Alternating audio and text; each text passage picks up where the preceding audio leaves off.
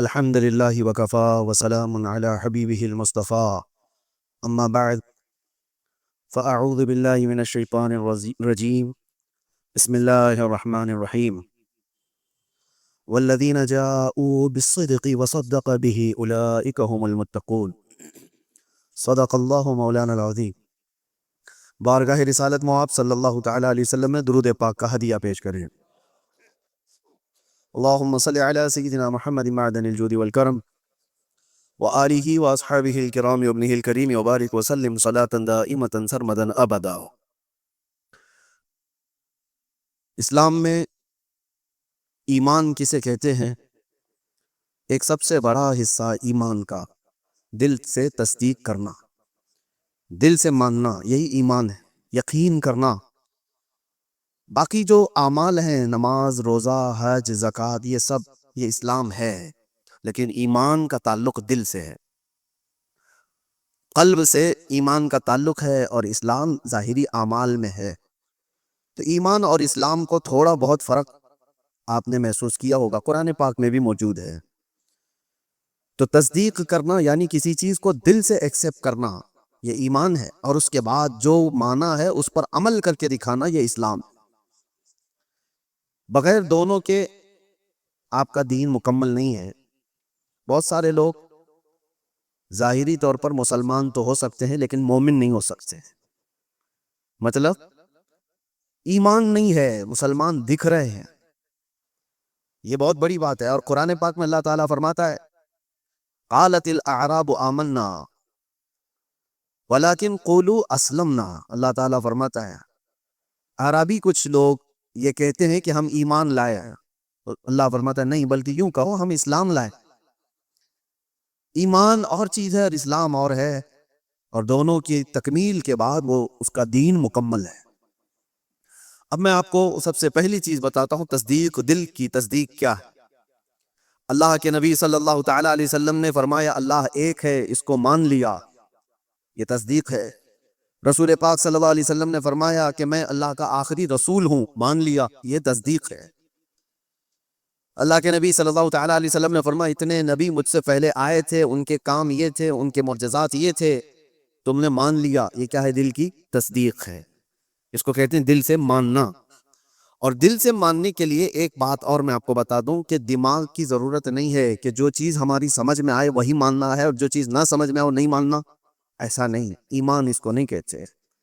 یعنی اگر تم یہ سوچو کہ جو چیز میرے سامنے مجھے لاجیکلی نہیں لگتی میں اس کو ایکسیپٹ نہیں کرتا، اگر اس طرح کی بات کہتے ہو تو تم دل سے ماننے والے ہو ہی نہیں، تم دماغ سے پڑھنے والے ہو۔ اور ایمان قلب سے تعلق رکھتا ہے۔ مثال کے طور پر اللہ کے نبی صلی اللہ تعالیٰ علیہ وسلم نے ارشاد فرمایا رات کے ایک چھوٹے سے حصے میں مسجد حرم سے مسجد اقصیٰ گیا، بیت المقدس گیا، اور اس کے بعد پھر آسمانوں کا سفر کیا، اور پھر لوٹ کر کے آیا پل بھر میں، زنجیر بھی ہلتی رہی، بستر بھی رہا گرم، تا عرش گئے پھر آئے محمد صلی اللہ علیہ وسلم۔ اب کوئی انسان یہ کہے یہ لاجیکلی نہیں سمجھ میں آتا، اتنے شارٹ ٹائم میں یہ سفر کیسے ہو سکتا ہے؟ تو تم دماغ کی یہاں پر سوچیں دوڑا رہے ہو، دماغ کے گھوڑے دوڑا رہے ہو۔ لیکن تصدیق کسے کہتے ہیں؟ آؤ میں آپ کو بتاؤ۔ حضور پاک صلی اللہ علیہ وسلم معراج کے سفر کے بعد مکہ والوں سے یہی واقعہ بیان کر رہے تھے کہ کل کی شب اللہ تعالیٰ نے مجھے معراج کا سفر عطا کیا، مسجد حرم لے گیا، مسجد حرم سے مسجد اقصیٰ، وہاں پر ائمہ انبیاء کرام علیہ السلام کی امامت کیا، اس کے بعد پھر ساتوں آسمانوں کا سفر، عرش، کرسی، لوح قلم، جنت، دوزخ، یہاں تک کہ رب ذوالجلال کا دیدار، اور پھر واپس آیا۔ یہ مکہ والوں کو میرے آقا بیان کر رہے تھے۔ اس وقت جس کو جو سوال کرنا تھا انہوں نے سوال کیا کہ اگر آپ بیت المقدس گئے تھے تو بتائیے وہاں کے حالات کیسے ہیں، بیت المقدس کا دروازہ کیسا ہے، کھڑکیاں کیسی، محراب کیسے؟ نبی پاک صلی اللہ علیہ وسلم سب کی چیزیں بتا رہے تھے۔ تو ایک ہوا یہ سوالات کر کے علم کو بڑھانا، اور ایک ہے بغیر کچھ پوچھے کہنا ہاں آپ صحیح کہہ رہے ہیں۔ دو چیزیں ہیں۔ لیکن اس محفل کی خصوصیت یہ ہے کہ ابو جہل اس کو موقع مل گیا، اس نے دیکھا کہ اتنی بڑی بات حضور کر رہے ہیں، تو گمراہ کرنے کے لیے بڑا چانس ملا ہے، باہر نکلا اور سب کو بولنے لگا کہ محمد تو اب چھوٹی چھوٹی باتوں سے بہت بڑی باتوں پہ آ گئے، وہ تو آسمانوں کے سفر کی بات اور رات کے ایک حصے میں یہاں سے بیت المقدس کے سفر کی بات کر رہے ہیں، اور واپس مکہ میں بیٹھے ہوئے ہیں۔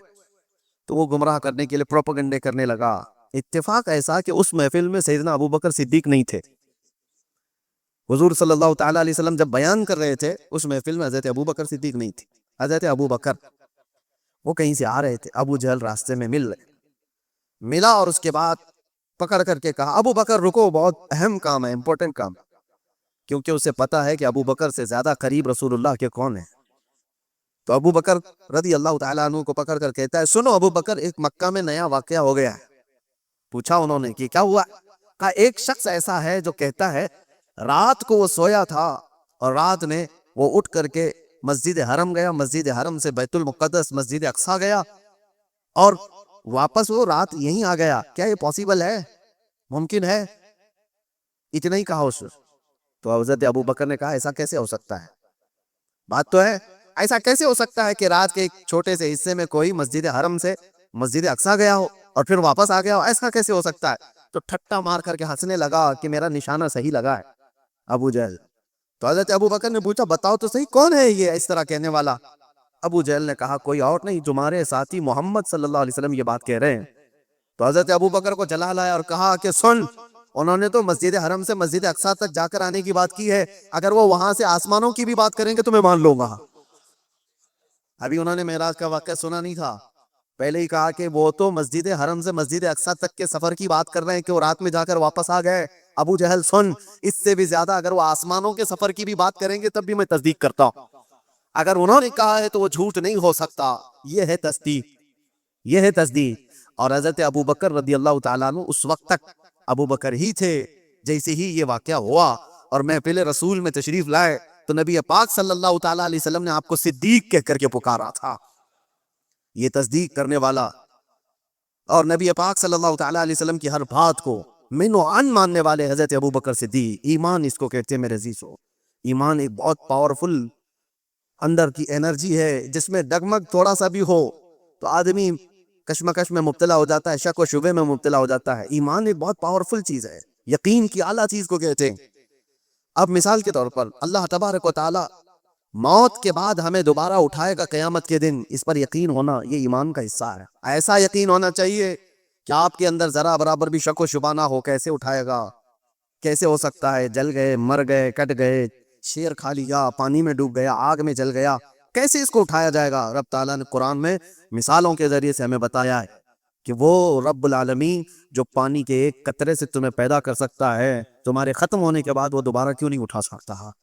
ایک نطفے سے جو انسان کی شکل تمہیں دے سکتا ہے وہ تمہاری راکھ سے دوبارہ کیوں نہیں اٹھائے گا؟ تم ہوا میں تحلیل ہو جاؤ. تو یقین ایک اعلیٰ چیز ہے. حضرت ابو بکر صدیق رضی اللہ تعالیٰ عنہ کی ذات سے ہمیں یہ چیز ملتی ہے، یقین ہو تو ایسا ہو. اور دوسری ایک اور مثال میں آپ کو دیتا ہوں. بڑے بڑے لوگ جہاں پر کشمکش میں آ جاتے ہیں کہ کیا کرنا چاہیے کیا نہیں ہونا چاہیے، حضرت ابو بکر صدیق رضی اللہ تعالیٰ عنہ کا ایمان تو دیکھیں گے. حضور پاک صلی اللہ تعالیٰ علیہ وسلم کی وفات کے بعد حضرت ابو بکر نے ایسا محاذ چھیڑ دیا تھا کہ ایک طرف اسامہ بن زید جو 19 سال کے جوان تھے، رسول اللہ صلی اللہ علیہ وسلم نے اپنی حیات کے آخری دنوں میں ان کو لشکر دے کر بھیجا تھا. ابھی وہ لشکر مدینے سے زیادہ دور نہیں گیا تھا کہ میرے آقا کی وفات ہوگی. 10,000 صحابہ کا لشکر، اور وہ واپس آئے مدینے میں حضور کی وفات کی غم کی خبر سن کر. یہ بات حضور کی وفات ہوتے ہی چند دنوں کے بعد ایک فتنہ اور پھیل گیا کہ ایک دوسرا شخص مسیلمہ کذاب، اس نے اپنے نبی ہونے کا دعویٰ کر دیا. حضور کی وفات کے بعد اس نے نبوت کا دعویٰ کر دیا اور اس نے اپنی ایک جماعت بنا لی. دوسرا فتنہ، ایک اسود عنسی نام کا شخص، اس نے بھی نبوت کا دعویٰ کر دیا. ایک اور فتنہ اٹھا، جو لوگ زکوٰۃ دیتے تھے انہوں نے زکوٰۃ سے انکار کر دیا کہ ہم زکوٰۃ آج سے نہیں دیں گے، کہ وہ رسول اللہ کی حیات میں دیتے تھے. تو یہ ایک ساتھ اتنے فتنے کھڑے ہو گئے اچانک، اور حضرت ابو بکر صدیق زمام خلافت کو سنبھالے ہوئے. تو آپ نے اسامہ بن زید سے کہا جو رسول اللہ نے تمہیں جہاں بھیجا ہے نکل جاؤ لشکر دے کر. جو صحابہ، تو حضرت عمر نے کہا روک کر کے کہ ابھی مدینے میں ضرورت ہے، اتنے فتنے ہیں، آپ اس لشکر کو روک لیجئے، اتنے 10 صحابہ سب چلے جائیں گے جنگ میں، کیا ہوگا؟ حضرت ابو بکر نے کہا قسم رب ذوالجلال کی، جس فیصلے کو میرے رسول نے نافذ کیا میں ابو بکر ہوتا کون ہوں اس کو واپس لینے. اللہ کے نبی صلی اللہ علیہ وسلم نے اس لشکر کو روانہ کیا ہے، میں اس کو واپس نہیں. ان کو سوار کیا اور پورے لشکر کو روانہ کیا. پھر پوچھا حضرت عمر نے باقی ان لوگوں کا کیا ہوگا؟ یہ مسلمہ کذاب ہے، اسود عنسی ہے، یہ منکرین زکوٰۃ ہیں، ان کا کیا ہو؟ حضرت ابو بکر نے کہا مدینے کے جتنے لوگ ہیں سب جمع ہو. چھوٹی سی ایک فوج مسلمہ کذاب کے خلاف بھی، اسود عنسی کے خلاف بھی بھیجا، اور اس کے بعد پھر زکوٰۃ کے منکرین ان کے پاس بھی تقاضا کرنے کے لیے. تو حضرت عمر نے کہا ایک ساتھ اتنے سارے محاذات پر کیسے آپ لڑو گے؟ تو حضرت ابو بکر صدیق اس وقت کیا کہتے ہیں سنو. آپ نے کہا اے عمر، اسلام لانے سے پہلے جو تمہارے اندر جلال تھا وہ کہاں چلا گیا؟ جو جوانی کے جوہر تھے تمہارے وہ کہاں چلے گئے؟ یہ کیسی بات کر رہے ہو؟ اللہ کی قسم مدینے والوں کے چیتڑے اڑ جائیں تب بھی میں خاموش نہیں بیٹھوں گا، کیونکہ میرے رسول کے دین کا مسئلہ، اور سب کو نافذ کیا، اور اللہ نے ہر جگہ فتح مبین عطا فرمائی. جتنے محاذ ایمان ایسا قوی تھا کہ آپ کو اللہ کی ذات پر ایسا بھروسہ. ایک اور مثال میں آپ کو بتاتا ہوں. بہت ایسا وقت آ جاتا ہے ڈیسیجن لینا بہت مشکل ہو جاتا ہے زندگیوں میں، لیکن فرمان رسول جہاں نظر آئے اے مسلمانوں اپنی ساری چیزیں چھوڑ دو اس کے ساتھ.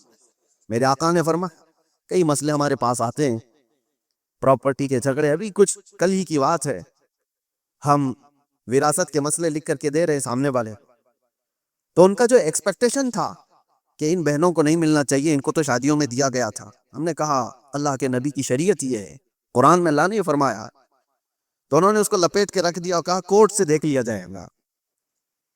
میرے عزیزو، کیا یہ ایمان ہے؟ تمہیں میں رسول اللہ کا فرمان بتا رہا ہوں، نبی نے یہ فرمایا ہے. ہونا تو یہ چاہیے کہ اپنی زندگی کی ہر شے فرمان رسول پر چھوڑ دو. صرف دولت اور جائیداد کے نام پر اس پر قابض ہونے کے لیے لوگ اپنی شریعت سے بھی دور ہو جاتے ہیں. حضور کے فرمان کو پیٹ پیچھے ڈال دیا، قرآن کے حکم کو سنا سنا کر کے بھی ہم ان کو بتائیں تبھی چھوڑ دیا. آخرت کا خوف جسے نہیں ہے وہ تو یہاں ہر حلال و حرام کھا جائے. ایک بات یاد رکھو، ایک بالشت زمین اگر کسی کی قبضہ کیا ہے، حضور صلی اللہ علیہ وسلم فرماتے ہیں 7 زمینوں کا توق بنا کر قیامت کے دن اس کے گلے میں ڈالا جائے. وہ اٹھ نہیں پا رہا ہوگا اس دن. 50,000 سال کے برابر کا ایک دن قیامت کا، اس دن کے عذاب سے ڈرو. میں کہنا یہ چاہتا ہوں کہ جب تمہارے سامنے رسول اللہ کی حدیث آ جائے کہ میرے آقا نے یہ فرمایا، اپنی خواہشات چھوڑ دو، اپنی جو بھی ایکسپیکٹیشن ہے اس کو ختم کر دو. نہیں، میرے آقا نے فرمایا، ختم ہے بات. ایمان اسی کو کہتے ہیں. میں بتا رہا تھا سیدنا ابو بکر صدیق کے بارے میں. حدیبیہ کا موقع ہے، نبی پاک صلی اللہ علیہ وسلم 1400 صحابہ کو لے کر مدینے سے نکلے مکہ عمرہ کرنے کے لیے، لیکن حالات ایسے تھے کہ مکہ والے عمرہ کرنے نہیں دے رہے تھے. روک دیا 35 کلومیٹر دور، مکہ سے دور، کہ آپ لوگ عمرہ نہیں کر سکتے. اور جنگ کرنے پر تلے ہوئے تھے مکہ والے، اس وقت تھوڑا طاقت میں تھے. نبی پاک صلی اللہ تعالی علیہ وسلم نے دیکھا کہ ہم احرام کی حالت میں آئے ہوئے ہیں عمرہ کرنے کے لیے، لیکن یہ جنگ کرنا چاہتے ہیں، اور حضور جنگ نہیں کرنا چاہتے تھے. تو مکہ والوں کے سامنے آپ نے صلح کی تدبیر رکھی کہ ہم آپس میں سمجھوتا کر لیتے، صلح کر لیتے. تو مکہ والے اس پر تیار ہوئے، صلح ہوئی دونوں کے درمیان. سنیے، بظاہر ایسا لگتا تھا کہ حضور صلی اللہ تعالی علیہ وسلم مسلمانوں کی جانب سے دب کر کے صلح کی گئی ہے. ظاہراً ایسا لگتا تھا، کیونکہ مکہ والے اپنی ساری شرطیں رکھے ہوئے تھے اس وقت کہ اگر ہمارا کوئی آدمی مدینے چلا گیا بھاگ کر تو آپ کو اسے واپس کرنا پڑے، اور اگر آپ کا کوئی آدمی ہمارے پاس آیا تو ہم واپس نہیں کریں گے. یہ زبردستی کی چیزیں بہت اس طرح کی. ایک میں مثال دے رہا ہوں، انہوں نے سب اپنی حمایت میں ایگریمنٹ کے جو کلاوز ہیں وہ سب لکھوائے، اور رسول پاک صلی اللہ تعالی علیہ وسلم کو دستخط کرنے کے لیے کہا. آپ کو میں بتا رہا ہوں کہ اس وقت نبی پاک صلی اللہ تعالی علیہ وسلم دستخط کر رہے تھے تو صحابہ کرام کے دلوں میں بات کیا تھی؟ سب یہ دیکھ رہے تھے کہ یہ مکہ والے کیسے ہم کو جھکا رہے ہیں. ہم تو جنگ بھی کر سکتے ہیں، جب ہم 313 تھے تب نہیں ڈرے، آج 1400 کی تعداد ہے. 313 نکلے تھے بدر میں، اور یہ 6 ہجری کے بعد کی بات ہے. جنگ بدر تو 2 ہجری میں ہو گئی تھی. 4 سال کا جنگوں کا انوبھو بھی تھا، تجربہ بھی تھا. صحابہ کہتے نہیں ہم لڑ لیں گے ان سے اور مکہ میں جا کر عمرہ کریں گے، کون روک سکتا ہے؟ لیکن حضور فرما رہے تھے نہیں، صلح کرنا ہے. صحابہ میں یہ بات پھیلی کہ جنگ کرنا ہے، جنگ کرنا ہے، لیکن کوئی بھی حضور کی بارگاہ میں بولنے کی ہمت کیسے کرے؟ اللہ کے نبی تو یہ جو عقد ہے، یہ ایگریمنٹ ہے، اس پر سائن بھی کر رہے ہیں. تو اس کے بعد اب جو بات مجھے عرض کرنی ہے اس حدیبیہ کے موقع پر، وہ میں بتاتا. حضرت عمر صحابہ کے پاس جا کر کے کہہ رہے تھے کہ چلو بولتے ہیں رسول اللہ کی بارگاہ میں، آپ جنگ کی اجازت دیں ہمیں، ہم ان کے پرخچے اڑا دیں گے، ان کے ساتھ ایسی جنگ کریں گے کہ یہ ہمیشہ یاد رکھیں گے کہ اللہ کے گھر سے ہم کو روکا ہے. آج ہم طاقت میں حضرت عمر کے اس بات پر صحابہ جمع بھی ہو رہے تھے. پھر آخر میں حضرت عمر کہاں آئے؟ حضرت ابو بکر کے پاس. حضرت ابو بکر بھی خاموش بیٹھے ہوئے تھے کہ رسول اللہ نے فیصلہ لے لیا ہے تو اب کیا؟ صحابہ نافرمانی نہیں کر رہے تھے بلکہ وہ انتظار کر رہے تھے شاید وہی آ جائے گی اور حکم بدل جائے گا, اللہ کی طرف سے کوئی حکم آ جائے کہ جنگ کرو, ہم کریں گے. اس انتظار میں صحابہ تھے. پھر حضرت عمر جاتے ہیں کہاں پر؟ حضرت ابو بکر کے پاس. حضرت ابو بکر سے کہتے ہیں ابو بکر نہیں دیکھ رہے تم حالات کیسے ہو گئے؟ مکہ والے ہم پر حاوی ہوتے جا رہے ہیں, غلبہ پا چکے ہیں اور ہمیں جھکا کر کے صلح کرا رہے ہیں, اور رسول اللہ صلی اللہ علیہ وسلم ایسے وقت ان کے ساتھ صلح کی دستخط کر رہے ہیں. ابو بکر چلو آپ کی بات رسول اللہ ٹالتے نہیں. تو یہ بولے جا رہے تھے. حضرت ابو بکر سنتے رہے. اس کے بعد جانتے ہو حضرت ابو بکر پلٹتے ہیں اور اتنے جلال کے ساتھ حضرت عمر کے کندھوں کو پکڑ کر جھجھوڑ دیا اور کہا الزم غرضک یا عمر, اے عمر ہوش میں رہ کر کے بات کرو, تم کس کے لیے بات کر رہے ہو؟ وہ اللہ کے رسول ہیں, انہوں نے جو فیصلہ لے لیا دنیا ٹل جائے ابو بکر اس کے خلاف نہیں جا سکتا. سارے صحابہ کے دلوں میں بات یہ تھی کہ جنگ کی اجازت مل جائے, جنگ کی اجازت. حضرت ابو بکر کا جلال یہ تھا کہ عمر جو رسول اللہ فیصلہ لے رہے ہیں وہ اللہ کے نبی ہیں, آگے کا دیکھ کر کے فیصلہ لے رہے ہیں, اس کے خلاف نہیں جا سکتے. حضرت عمر کہتے ہیں اس وقت میں جوش میں یہ سب چیزیں کر رہا تھا, لیکن ابو بکر کی شکل دیکھ کر کے پھر مجھے اندازہ ہو گیا ایمان کسے کہتے ہیں, ایمان کسے کہتے ہیں. نبی پاک صلی اللہ تعالیٰ علیہ وسلم نے جو فرما دیا اس کے بعد پھر ٹس سے مس نہ ہونا, یہ ایمان کی علامت ہے. حضرت عمر توبہ کرنا پیچھے ہٹ گئے. ایسا نہیں ہے کہ جا کر کے پھر صحابہ کو انہوں نے جمع کیا اور حضرت ابو بکر کی بھی بات ٹال دی, نہیں. انہیں احساس ہوا کہ حضرت ابو بکر نے اس دن جو فیصلہ لیا ہے وہ رسول اللہ کی بات پر لیا, اور پھر دیکھا بھی سارے صحابہ نے صلح تو ہوئی تھی. 1 سال یہ ایگریمنٹ مکہ والے چلا نہیں سکے. دوسرے سال میرے آقا صلی اللہ تعالیٰ علیہ وسلم 10,000 صحابہ کو لے کر مکہ تشریف لائے تھے, اور بغیر جنگ و جدال اور قتل و قتال کے مکہ فتح ہو چکا تھا. اور اس دن جو مکہ فتح ہوا آج تک اس کی روشنی اور اس کی برکتیں مکہ میں موجود ہیں. 1 سال پہلے صلح پر حضور نے جو دستخط کی تھی اس کا اثر آج تک بھی ہے. تو حضرت ابو بکر صدیق کا وہ ایمان تھا کہ نبی پاک صلی اللہ تعالیٰ علیہ وسلم کے فرمان کے بعد پھر کوئی چیز نہیں. آج کیا ہمارے اندر ایمان کا وہ حصہ ہے؟ کیا ہم ویسی تصدیق کرتے ہیں کہ حضور نے جو فرما دیا وہ حق ہے؟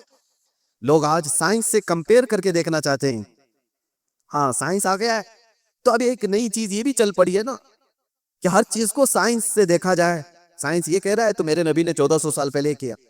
ارے ہمارے نبی کے فرمان کو صحیح کرنے کے لیے سائنس جیسی 1000 چیزیں آئیں, اس کی کوئی حاجت نہیں. سائنس کی تھیوریاں ہر نئے سال میں بدلتی رہتی. ڈاروین نے پہلے کیا کہا تھا؟ انسان بندروں کی اولاد, بندروں سے یہ ارتقاء یعنی ڈیولپ ہوتے ہوتے پھر انسان بن گیا. اس کے بعد اس نظریے کو, اس فارمولے کو رد کر دیا گیا 100 سال بعد. اس کے بعد پھر کئی سائنٹسٹ ایسے آئے جنہوں نے ایک تھیوری پیش کی, اس کو بعد میں چل کر کے ختم کر دیا گیا. اس کے خلاف دوسرے سائنسدان کی تھیوری قبول کر لی گئی. یہ تو سائنس میں چلتا رہے گا. میرے نبی پاک صلی اللہ تعالیٰ علیہ وسلم کے فرمان کو اگر بظاہر آج سائنس ایکسپٹ نہیں کرتا تو میرا تو یقین ہے کہ کل کو جب یہ اور ترقی کرے گا اسے سمجھ میں آ جائے گی میرے نبی کا فرمان یہ حق تھا. ابھی کل ہی کچھ پرسوں کی بات ہے, کچھ نوجوان پڑھے لکھے وہ کہہ رہے تھے کہ زمین ساکن ہے یا حرکت کر رہی ہے, روٹیشن میں ہے. سائنس تو یہی کہتا ہے کہ زمین روٹیشن میں ہے, خود اپنے اطراف گھومتی ہے تو 24 گھنٹے ہوتے ہیں, اور سورج کے اطراف پورا چکر لگاتی ہے تو 365 دن ہو جاتے. یہ سائنس کی ایک تھیوری ہے, ارتھ روٹیشن. اس نظریے کو ابھی تک تو سائنس لے کر کے چل رہا ہے, اور نوجوانوں نے ہم سے کہا تھا کہ قرآن میں اور حدیث میں کیا ہے اس کے سلسلے. اعلیٰ حضرت امام اہل سنت فاضل بریلوی رحمۃ اللہ تعالیٰ علیہ نے اس کے خلاف میں لکھا ہے, اور کتاب ہے پوری الفوز المبین در رد حرکت زمینی. زمین حرکت نہیں کر رہی ہے, زمین اپنی جگہ پر ہے. سورج نکلتا ہے اور ڈوبتا ہے. قرآن میں اللہ نے فرمایا کہ سورج مشرق سے نکلتا ہے مغرب میں ڈوبتا ہے. تو یہ تو بات ہوئی. میں اس کی تحقیق میں آپ سے بات نہیں کر رہا کہ یہ میرا موضوع نہیں ہے کہ سورج کہاں سے نکلتا ہے, کب نکلتا ہے, سال میں کتنی جگہوں سے نکلتا ہے اور کہاں ڈوبتا ہے, اور سائنس اس کو کیا کہتا ہے, اور ارتھ روٹیشن کے بارے میں تفصیلات آپ اس علم کے ماہرین سے معلوم کریں. لیکن میں یہ کہتا ہوں نوجوانوں سے, جب تمہارے پاس ایسی 2 چیزیں آئیں, یہ تو ایک مثال کے لیے کہہ رہا ہوں, تم سامنے دیکھ رہے ہو کہ سائنس کی تھیوری یہ ہے, انہوں نے یہ چیز پیش کی ہے, اور ایک طرف فرمان مصطفیٰ نبی کونین صلی اللہ تعالیٰ علیہ وسلم ہے, تو اے نوجوانوں بتاؤ ایمان کسے کہتے ہیں؟ حضور پاک کی بات کو آنکھ بند کر تسلیم کر لینا، یہ اس یقین کا نام ایمان ہے، یہ ایمان ہے۔ آپ کو پتا ہے یہ ترقیاں تو بہت بعد میں ہوتی آئی، تو صحابہ کیسے ایمان لائے ہیں؟ قرآن میں ایک آیت ہے، اللہ تعالیٰ فرماتا ہے اذا اخرج یدہ لم یکد یراہ، یہ 18ویں پارے سورہ نور کی آیت ہے، ظلمات بعضها فوق بعض، یعنی ایک علاقہ، ایک جگہ ایسی ہے اندھیریوں پہ اندھیریاں، اندھیریوں پہ اندھیریاں، سورج کی ایک کرن بھی وہاں پر نہیں ہوتی، اگر کوئی آدمی ہاتھ بھی نکالے تو ہاتھ بھی نہیں دیکھ سکتا۔ لیکن 18ویں صدی کے بعد ایک ایسا شخص جس نے اوشین کا، سمندر کا سفر کیا، اس نے سمندروں کے بیچ میں ایک جگہ ایسی پائی جہاں پر بہت گھٹا ٹوپ اندھیری، اتنا اندھیرا ہے کہ ہاتھ بھی نہیں دکھتا۔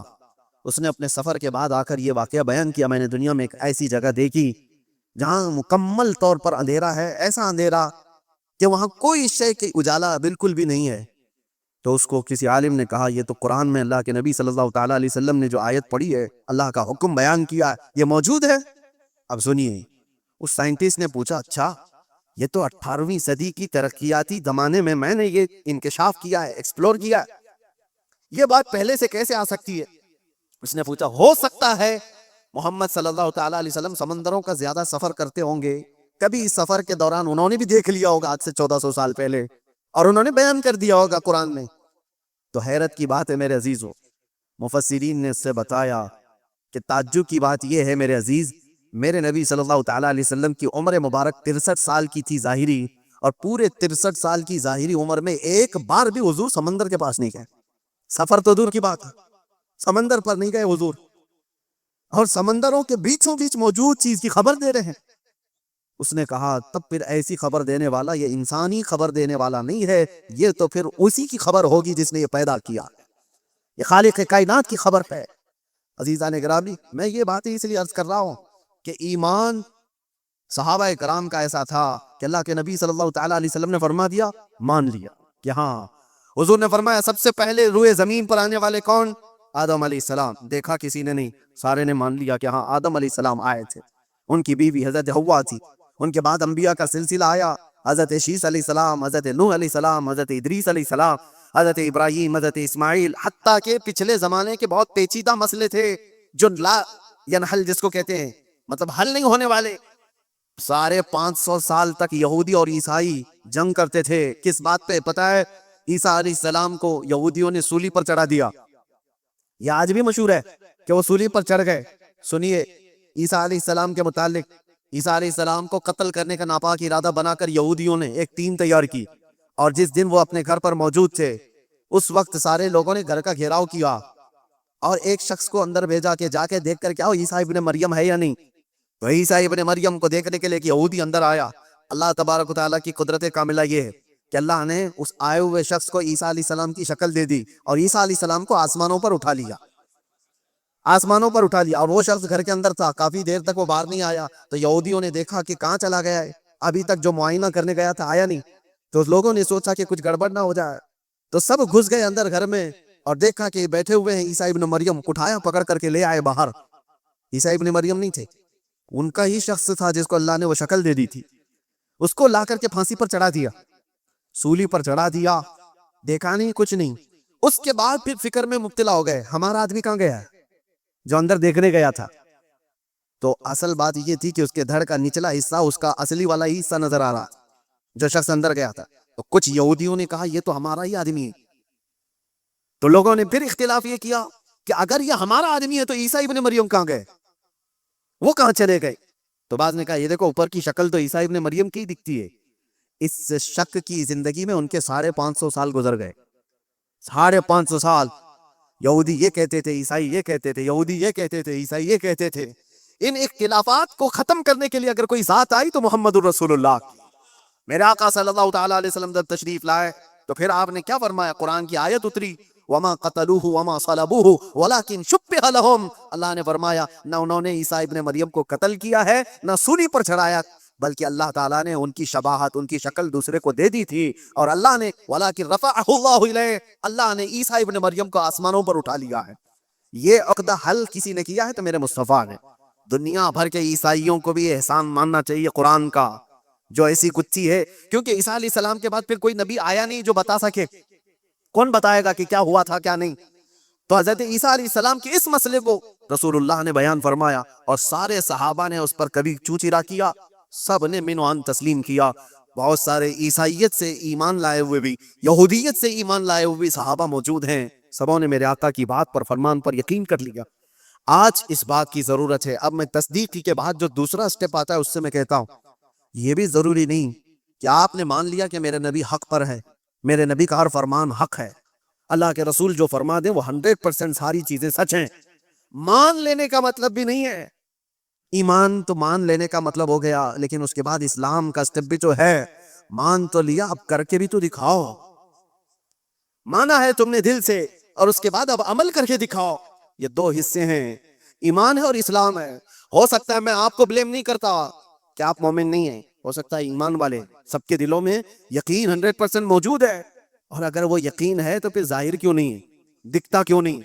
کچھ وہ ہیں جن کا اسلام دکھتا بہت ہے، کوئی نماز چھوڑتے نہیں، کوئی نماز ان کی نہیں چھوٹتی ہے، تہجد بھی پڑھتے ہیں، سب کچھ کرتے ہیں، دکھ تو بہت رہا ہے، لیکن دل کی بات اگر دیکھی جائے تو حضور کی محبت ہی نہیں ہے. تو یہاں ایمان ہی نہیں، اسلام دکھ رہا ہے. اور کچھ وہ ہیں جن کا ایمان تو ہے دل کے اندر، میرے نبی کی محبت بھی ہے، لیکن عمل نہیں دکھتا، اسلام پر نہیں آتے. جب یہ دونوں چیزیں کمپلیٹ ہو جائیں تو تمہارا دین مکمل ہے، ورنہ میرے عزیزو اسی میں رہ جائیں. اب میں ایمان آنے کے بعد جو سٹیپ ہے، نوجوانوں اس کی ذمہ داری آج کے دور میں ہے تمہارے ساتھ. آج کے دور میں تمہیں عمل کے میدان میں وہ دکھانا ہوگا. اگر حضور صلی اللہ علیہ وسلم نے فرمایا جھوٹ حرام ہے تو تمہاری زبان پر جھوٹ تو نہ ہے. دنیا نے تمہیں جھوٹا کیوں کہہ دیا؟ کچھ لوگ زبان کھولیں تو جھوٹ بولیں گے، گالی گلوچ. حضور پاک صلی اللہ تعالی علیہ وسلم نے فرمایا فاسق کی علامت ہے، یہ فسق ہے.